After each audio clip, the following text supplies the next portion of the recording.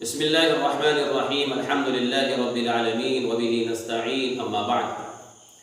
محترم ناظرین، سیرت النبی صلی اللہ علیہ وسلم کی 22ویں قسط میں حضرات کا استقبال ہے۔ السلام علیکم ورحمۃ اللہ وبرکاتہ۔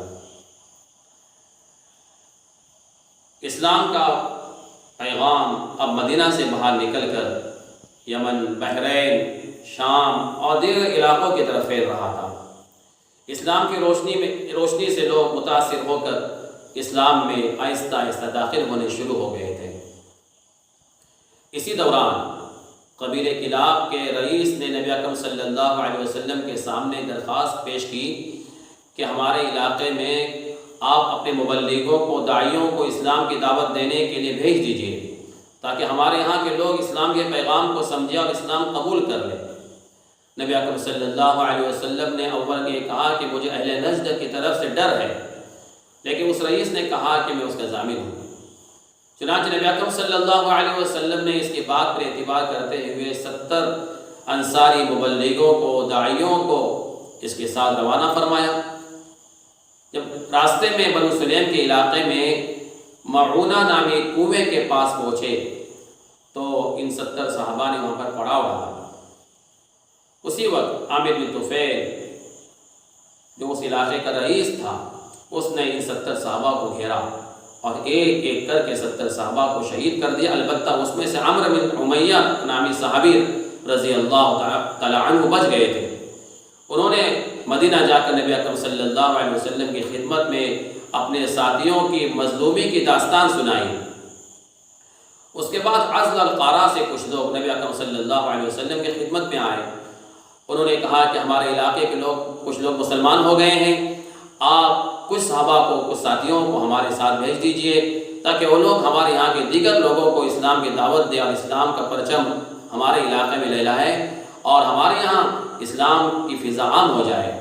چنانچہ نبی اکرم صلی اللہ علیہ وسلم نے 10 صحابہ کو ان کے ساتھ بھیجا۔ یہ لوگ جب مقام رجیع پر پہنچے تو وہاں پر بنی لحیان کے 200 تیر اندازوں نے ان کا گھیراؤ کیا۔ یہ بیچارے مسلمان جو بغیر کسی ہتھیار کے اللہ کے دین کے پیغام کو لے کر جا رہے تھے، ایک ٹیلے پر اپنی جان بچانے کے لیے چڑھ گئے، لیکن 10 میں سے 8 لوگوں کو، 8 صحابہ کو ان لوگوں نے شہید کر دیا۔ 2 بچ گئے تھے، اس میں حضرت خبیب رضی اللہ تعالیٰ عنہ تھے اور حضرت زید رضی اللہ تعالیٰ عنہ تھے۔ حضرت خبیب رضی اللہ تعالیٰ عنہ کو اور حضرت زید رضی اللہ تعالیٰ عنہ کو انہوں نے مکہ کے بازار میں لے جا کر بیچنے کا ارادہ کیا۔ حضرت خبیب رضی اللہ تعالیٰ عنہ نے غزوہ احد کے اندر حارث بن عامر نامی شخص کے والد کو قتل کر دیا تھا، اس لیے اس کے بدلے میں حارث بن عامر نے حضرت خبیب رضی اللہ تعالیٰ عنہ کو خریدا اور انہیں سولی دی۔ سولی سے پہلے حضرت خبیب رضی اللہ تعالیٰ عنہ نے ایک درخواست کی کہ مجھے 2 رکعت نماز پڑھنے کی اجازت دی جائے۔ ان کو اجازت دی گئی اور یہیں سے قتل سے پہلے 2 رکعت سنت نماز کا سلسلہ شروع ہوا، جو سب سے پہلے حضرت خبیب رضی اللہ تعالیٰ عنہ نے شروع کیا۔ حضرت زید رضی اللہ تعالیٰ عنہ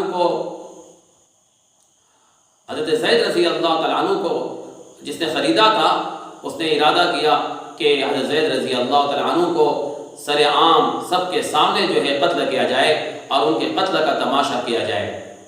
لہذا جب ان کو قتل کرنے کا موقع آیا تو ابو سفیان نے حضرت زید رضی اللہ تعالیٰ عنہ سے پوچھا، کیا اگر تمہاری جگہ نبی اکرم صلی اللہ علیہ وسلم کو قتل کیا جائے تو کیا تم اس سے خوش نہیں ہوگے؟ تو زید رضی اللہ تعالیٰ عنہ نے ایک تاریخی جواب دیا کہ اگر نبی اکرم صلی اللہ علیہ وسلم کے قدم مبارک کو کاٹا چبھے اور اس تکلیف سے بچانے کے لیے میری جان بھی قربان کرنی پڑے تو میں اس سے دریغ نہیں کروں گا، بلکہ آپ صلی اللہ علیہ وسلم کو تکلیف سے بچانے کے لیے میں اپنی جان قربان کر دوں گا۔ حضرت زید رضی اللہ تعالیٰ عنہ کا یہ جملہ تھا جو کفار کے دل پر ایک خطرناک ضرب کے طور پر تھا۔ اسی وقت جو ہے حضرت زید رضی اللہ تعالیٰ عنہ پر قاتل نے بھی تلوار ماری اور آپ کو شہید کر دیا۔ نبی اکرم صلی اللہ علیہ وسلم کے ساتھ صحابہ کی محبت تھی۔ اللہ تعالیٰ ایسی محبت ہم کو بھی نصیب فرمائے۔ وآخر دعوانا الحمد للہ رب العالمین۔